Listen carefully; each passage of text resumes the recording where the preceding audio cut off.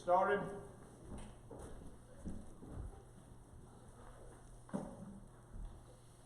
We're going to continue in just a few moments a study of the matter of the orphan homes, and we noted some things last week with regard to the subject or the matter of the constituent element argument. And just by way of reminder, the constituent element argument is as follows: that if there is a thing that is comprised of multiple things, if you prove that all of the individual things are correct, the whole thing is correct. That's the constituent element argument. In other words, everything that makes up the thing, if it can be proven to be correct, then the totality of the thing is correct. And what we did last week was we looked at the constituent element argument relative to the subject of the support or the existence and the support of orphan homes. Now I'm just going to run through these very quickly again for anybody that may not have been able to be here. But before I do that, let me just also remind you, and you can write this in your notebook. The only way to find out if any church is the church of the New Testament is to use the constituent element argument or the constituent element process. In other words, in order to be the New Testament church, it has to have the right plan of salvation. It has to have the right worship. It has to have the right organization. All right. So, by the way, those are kind of the three biggies, right? I mean, we can usually make a determination as to whether any religious group is the church of the New Testament based on those three things. What plan of salvation does it teach? What worship does it engage in? And how is it organized? And if it fails on any of those three counts, then it's not the church of the New Testament. By the way, we also understand that within those three things, there are other constituent element arguments, such as not just worship, but singing, Lord's Supper each first day of the week, prayers, so there are elements even within those. But if all of those things are right, then the church is right. And that's the only way to prove if that church is right. By the way, the more I think about this, I've been preaching here now. Well, next Sunday will mark 24 years. Next Sunday will be 24 years to the day that we moved here. It was a Saturday, February the 16th. And I've been saying for a long, long time, talking about being the church of the New Testament. And we want to be the church of the New Testament. We claim to be the church of the New Testament. We want to be the church of the New Testament. And we ought to be able to show that we're the church of the New Testament. But more and more and more and more, I've come to realize that most people that are religious have no interest in being the church of the New Testament. In other words, it doesn't bother them that things that they teach, that things that they do, the way that they are organized, the way that they worship, are not to be found anywhere in the pages of the New Testament. And it all goes back really to our lesson this morning on what is your view of God? Do you view that God's just going to accept whatever you offer up because that's the way God is, and God is good, and God is love, and by the way, God is good and God is love, but that doesn't mean that God's just going to accept whatever we throw at Him in offering up our worship or our service. But most religious people they don't even have any idea what it means when we say we are the church of the New Testament. And so the longer I've been at this, the more I've realized that we have to get past the idea, actually not past, we got to get in front of the idea of being the church of the New Testament by getting people to have a proper view of God and then having a proper view of the Bible, and then having a proper view of being the church. All right, and that was a quick tangent, but I think it just bears saying. And so, as we think about being the church of the New Testament, the only way to do that is to prove that all the parts are right. And when all the parts are right, the whole is right. Now, with regard to orphan homes, all the constituent parts of the orphan home are right. And we showed that last week, that God has given the church a responsibility to care for orphans. James chapter 1 and verse 27. Number 2, God has not specified how or by what means the church is to care for orphans. It just simply says, do it. And we noted that as an example, God told Noah to build an ark. Now, he gave him some specifics to that, right? Gopher wood, dimensions, door, windows, pitch, in and out. But other than that, Noah was left up to his own device on how he was going to gather that wood, how thick the wood was to be, how he was going to plane it, prepare it. All those things were completely up to Noah. And so anywhere where God specified, Noah was not at liberty to do as he pleased. Anywhere where God gave a command and was silent, Noah was free to do however he wanted to do. If God said you're going to build it tongue and groove, well, then that would automatically keep Noah from putting nails in it, right? And so we understand that if God had specified the way it was to be constructed, then Noah would not have had any say in that matter. He just would have to do as God told him. And so when we say that God is not specified, God has not given the church any word on how they are to care for orphans. He just says, do it. So therefore, we are at liberty to do it in any way that does not violate any other principle or command in Scripture. We also noted that God, and then this kind of sets us to the mind of God, that God's love and mercy extends to all men. And we noted Matthew, for example, Matthew 5:43 to 48. And we noted also number 4, that the church and the home are two separate institutions. They are two separate institutions. One is not a part of the other. And one has no authority over the other. The church has no authority over the home, and the home has no authority over the church.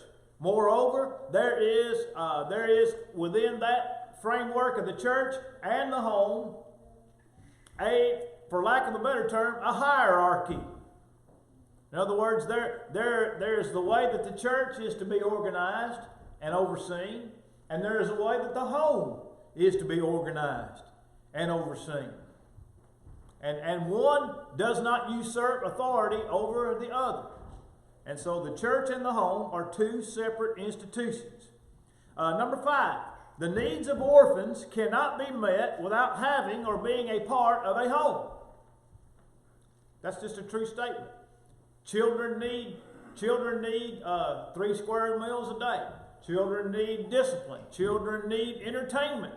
Children need example. Children need socialization skills. They need all those things. Well, the church is not given to provide those things. God has already given a means to provide those things. And that thing is the home. And so the needs of orphans cannot be met outside of a home. Now, again, whether that home has 2 children in it, or 22 children in it, or 222 children in it, it still qualifies. It is still a home. It is still a home. And it is, by its design, given to meet the needs of children.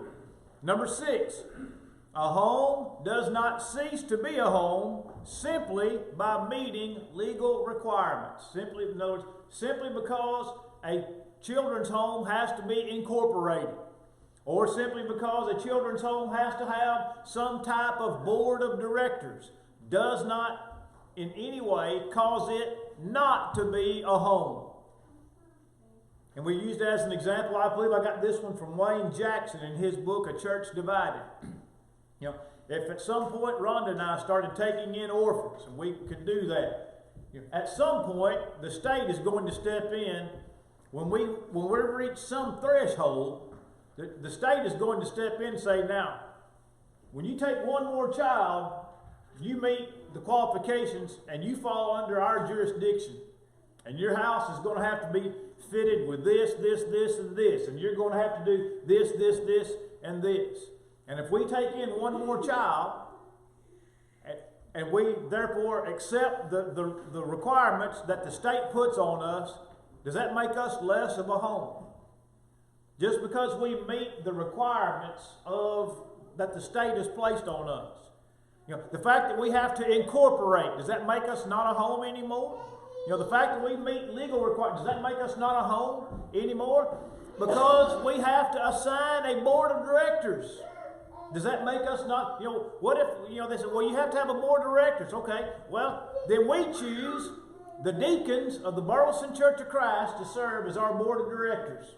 Because we're free to choose anybody we want, right? So we add Ryan and Kyle and Dwayne and Philip and John, and now they're serving as our board of directors. Are we not a home anymore because we have a board of directors? No, we're still a home.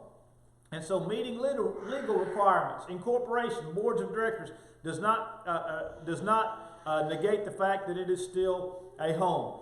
In the same way, multiple states across the United States, state governments require churches to file articles of incorporation in order to own property. When we lived in Arizona, we were required every year to have a meeting and assign our board. Our board was our elders. And every year, the church would meet on once a year on a Wednesday night. We'd have our official meeting in order to meet the requirements the state placed on us. And the members gave a voice vote to confirm our board. Our board is whoever's serving as an elder of the Mount Vernon Church of Christ in Prescott, Arizona. And every year we would reaffirm our board and our articles of incorporation. And we'd send that into the state. Did that make us not a church? No. Does it make it not a church just because you call the elders a board of directors for the sake of meeting state requirements? No.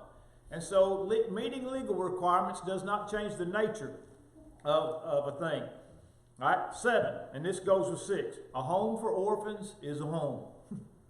A home, it kind of goes without saying, but I think it bears repeating. A home for orphans is a home. And then number 8, the church may contribute financially to the needs of a home. For example, in Acts chapter 6, what was going on?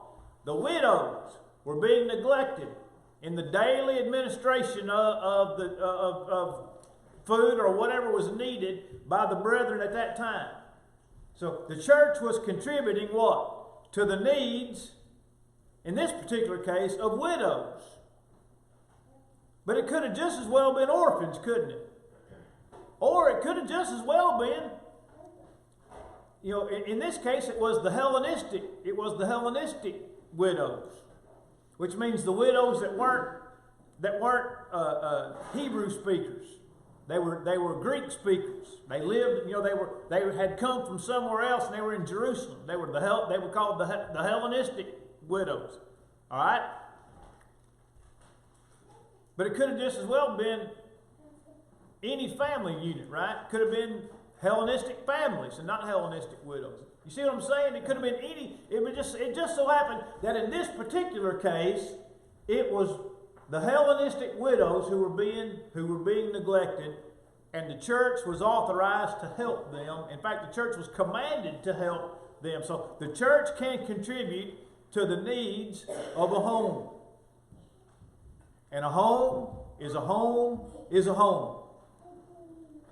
You know, Ron and I have an empty nest, but we still have a home. We had a home before we had kids. And by the way, if you live by yourself, you still have a home.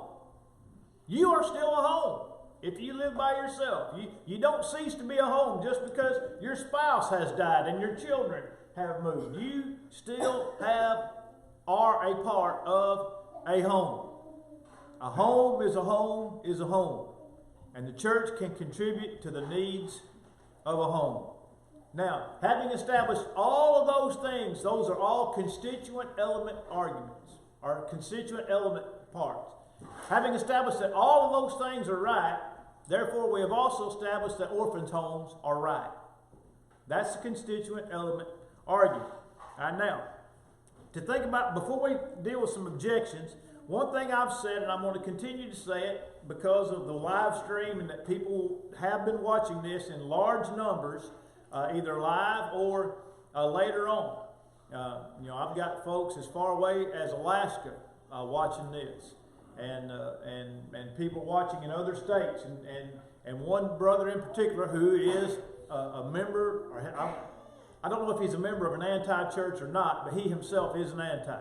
He refers himself as a member of a non-institutional or of the non-institutional mindset. But one thing I've said repeatedly is this: I don't want to misrepresent anybody. I certainly don't want to misrepresent us, and I don't want to misrepresent anybody on the other side. Remember, I said that from the outset of when we started our sponsoring church discussion. Well, there's one brother in Kentucky who believes that I have misrepresented his group. All right? Now, let me back up just a second. In talking to the brother in Alaska, he agreed that the sponsoring church concept was a valid means of doing evangelism. All right? Now, he didn't believe it at first, but it was because he didn't understand it. He didn't understand the concept. Once he understood what it really was, he said, that's a valid way.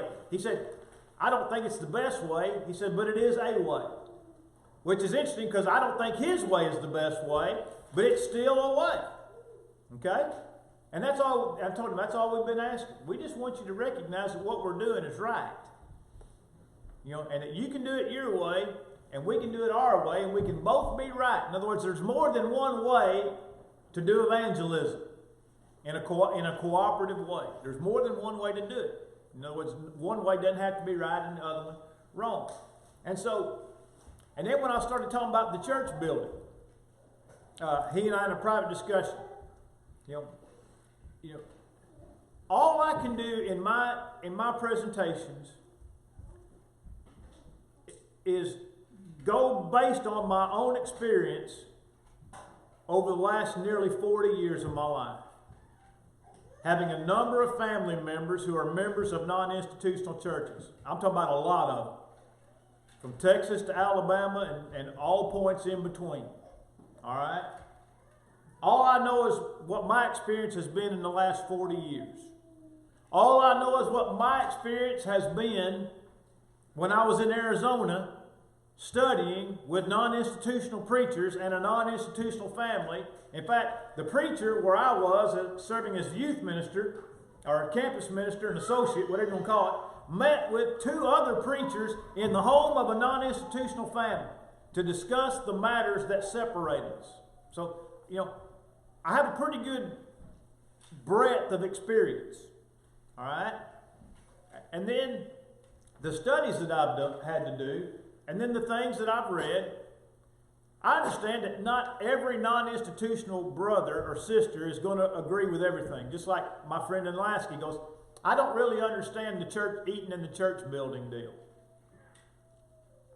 I said, well, I don't either.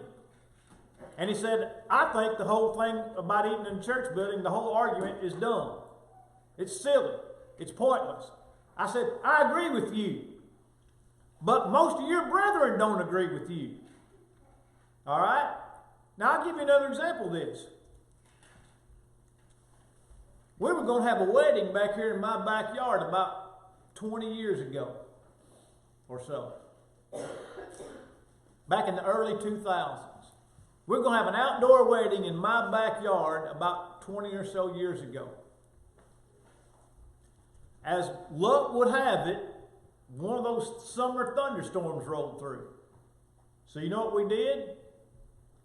We moved the location of the wedding inside this building. and some of the people who were family members, who were antis, would not attend the wedding because it was in this building. They'd go in the backyard of the church property. Now, the church didn't buy this property. It was donated by Brother Cole Burleson years and years ago. But it's still the church property.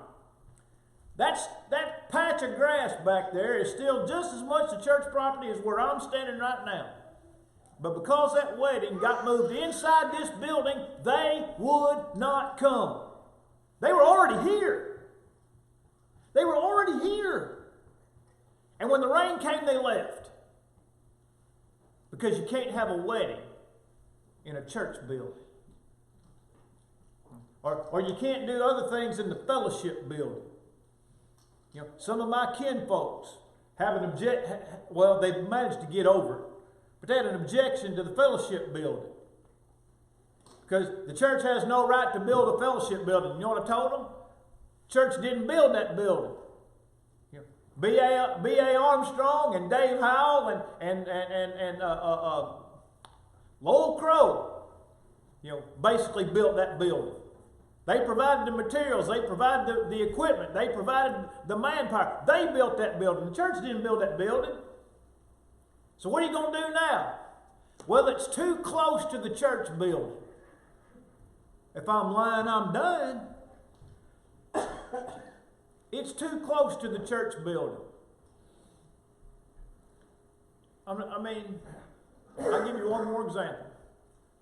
When Jamie Long was preaching down at the Central Church at Rock City, they built a fellowship building. If you didn't know where it is, there on 233, there's a little white structure on the north side of the church building. And they built that 25 years ago or so, maybe a little longer. And as they were pouring the concrete to build a sidewalk from the church building to the fellowship building, one of the members who had strong anti-persuasion told Jamie as they were pouring the concrete, he said, "Why don't you put a 2x4, a block of 2x4 in this concrete right here? In this concrete right here. To separate the church building from the fellowship building." All he needed was a 2x4 in the sidewalk to divide the church building from the fellowship building. You know what Jamie told him? I don't remember what the brother's name. He said, "Either this building is right or it ain't right." He said, "But a 2x4 ain't going to change a thing." And he didn't put a 2x4 in it. But friends, that's the mindset. That's the mindset that I have lived with all of my life. That's the mindset that I have been dealing with in nearly 30 years of full-time work with the church. All I can tell you is what my experience has been. I realize again that not all of our non-institutional brethren hold all these views as strongly as some of those that I have just talked about. But that is the prevailing mindset. And so to anybody that's watching this that does not hold these views, it's not my intention to misrepresent you. And if you don't believe these things, good. I don't want you to. But all I can do is present it. All I can do is present it in the way that I have dealt with it over the last nearly now 30 full years of ministry. Okay? Are we clear on all that? Now, I made a statement in one of the earlier sessions on the supporting church matter that a church would not help another church build a building, but if the building got blown over and they didn't have insurance to fix it, they would help them as a matter of they'd help them as a matter of benevolence, but not as a matter of evangelism. In other words, they would do the same thing. In other words, they wouldn't give them any help to build it the first time, but they'd give them help to build it the second time if it got blown away and needed to be rebuilt as a matter of benevolence. Brother in Kentucky wrote me, he said, "You have misrepresented us." He says, "If their building blew down, we would not give them money to build their building back." Got it right here in his own words. We would not help them build their building back. Because in his estimation, because it's a matter of doing a church building is an expedient as the matter of doing evangelism. So, to all of you brethren that wouldn't send money to your brethren to rebuild a tore up building, I apologize. But I think that position is even worse than the one I presented. It's even more ridiculous. If your building blew down and you didn't have insurance to build it back, your own brethren would not help you build it back. They would not help you. So therein, that's what the man said. I've got it right here. He complained. He objected to what I said, that anti-brethren have built very few church buildings, but the majority of them have taken over buildings by what I would refer to as faithful brethren. He said, implying that we are unfaithful, and he said, and I understand that you think we're unfaithful because he thinks I'm unfaithful. Again, all I can tell you is what the experience has been. You ask any person who lived in this area in the 1950s and the 1960s about anti-brethren taking buildings from other brethren. Brother Stroop mentioned it. Remember about 2 weeks ago at the end of that book, The Church of the Bible? He talked about the matter that brethren came in unannounced, began to teach anti-doctrine, and either convinced elderships or enough people to follow him and have that building. I told you, William Woodson made 1 or 2 trips to India. Why? Because the anti-brethren were over there proselytizing. That's the word I was hunting last week that I couldn't think of. They're not over there trying to win the lost. They're over there trying to win over brethren to their way of thinking so they can have their buildings. Now look, that's just the truth. It's the same in Ghana. And I told you that somebody that I know that left us and went to the anti-movement has been in Ghana, walking right in our footsteps for the sole purpose of trying to proselytize brethren to his way of thinking. He ain't over there in an evangelistic campaign. He ain't over there trying to teach the laws. He's over there trying to convince brethren that the anti-position is right. That's proselytizing. And I already told you in Liberia the same thing. That a one-cup bunch out of somewhere in Indiana was offering more money to preachers if they'd preach the one-cup position. Now look, I've got evangelism experience in 3 African countries. All right? And in 2 of the 3, what I have said about the anti-brethren, proselytizing faithful brethren, is right. And what is going on over there right now is exactly what went on in the 1950s and the 1960s, right here in the United States, right here in the heart of Alabama. Now he may object to my assessment, but my assessment is true. It is a fact. You go back and you read The Words of Truth by Gus Nichols from the 1950s. And you read about some of the things that went on from those brethren coming in and taking buildings by subterfuge. That's his word, not mine. It happened. It happened all over the country. It's just a fact. So a man may object to the facts, but as Ben Shapiro says, facts don't care about your feelings. I see Kyle mouthing the words with me, a fellow Ben Shapiro fan. Facts don't care about your feelings. And friends, those are the facts. Those are the facts. And then he objected finally, actually first in the letter, he objected to my use of the Old Testament. talk about how God viewed the fatherless and the widows. And he says, and here's what he said. The reference to Romans 15:4. Whatsoever things are written aforetime are written for our learning, that we, through the patience and comfort of the Scriptures, might have hope. In other words, Paul tells us why we have the Old Testament Scriptures. They're written for our learning. The use of Romans 15:4, then the comment on how we should be able to learn from that, not to abuse orphans and widows, and how it applies to us today, are the types of things that step over the line. That's word for word what he said to me. Again, I don't have anything against this guy, all right? We've had good conversations. I'm just telling you what the man said. In other words, to take the Scripture that says the Old Testament is written for our learning, and then to use it for our learning, is over the line. That's what the man said. You've got it right here. Copied and pasted, without any edit. All right? And so, again, I don't want to misrepresent anybody.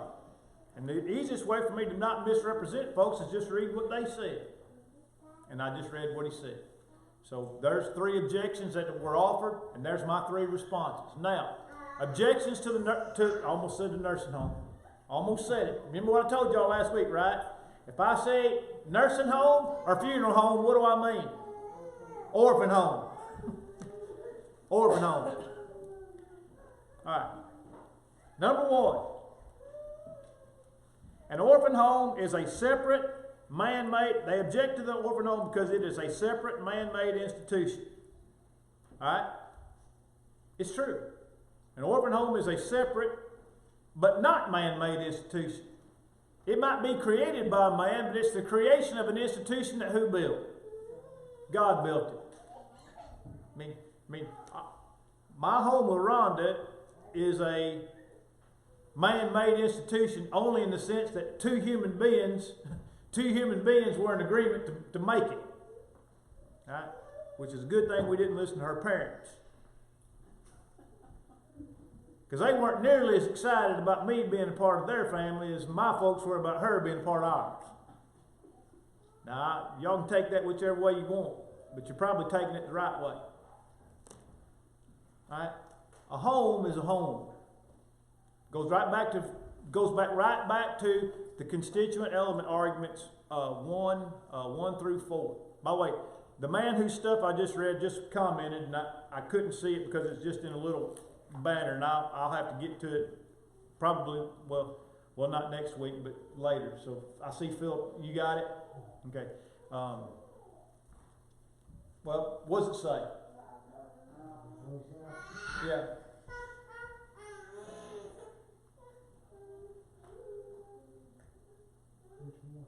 Oh, is there more than one? Okay, well, we'll have to, I'll copy and paste it. I'll copy and paste it this week and work on it next week. Nobody denies that an orphan's home is separate from the church. Why? Because the church is the church and a home is a home. You know, however that home is constituted in no way changes the fact that it is still a home. So we've talked about that. All right. Number 2, orphans' homes, they object to orphan home because they're not under the oversight of an eldership. All right? Any y'all's home under the oversight of an eldership? Any y'all's home? Dwayne? Lynn? Lynn's an elder and his home ain't under an eldership. Is that right? That's right. That's right. All right? So nobody else's home is under an eldership. And an orphan's home is not under an eldership. But this eldership can help our homes, right? Yep. And this eldership can help an orphan's home. Why? Because a home is what? A home. Because a home is a home. All right? Now, I'm going to get to this one. I'm just going to mention it, but I'm going to get to it next week, what we'll go to. Because this is really going to involve another argument about who the church is authorized to help. And it says that care for orphans is an individual obligation and not a church obligation. This is the one that I've heard most of all. That the care of orphans is given to individual Christians and not to the church. But I'm still trying to figure out how the church can do anything without individual Christians. If somebody explained to me how the church can do something apart from individual Christians, I'll be happy. I'll be happy to hear it. But we studied that in Sunday morning on that the work. Stroop put it this way: any work enjoined on an individual Christian as a Christian work is enjoined on the church. And any work enjoined on the church as a Christian work, which is the only kind of work that it can do, is also enjoined on the Christian. All right, but we'll pick up, we'll start on that, Lord willing, not next week, because that's going to be singing night. So in 2 weeks, we'll come back to that. All right, any questions? Any questions? What we got so far? All right.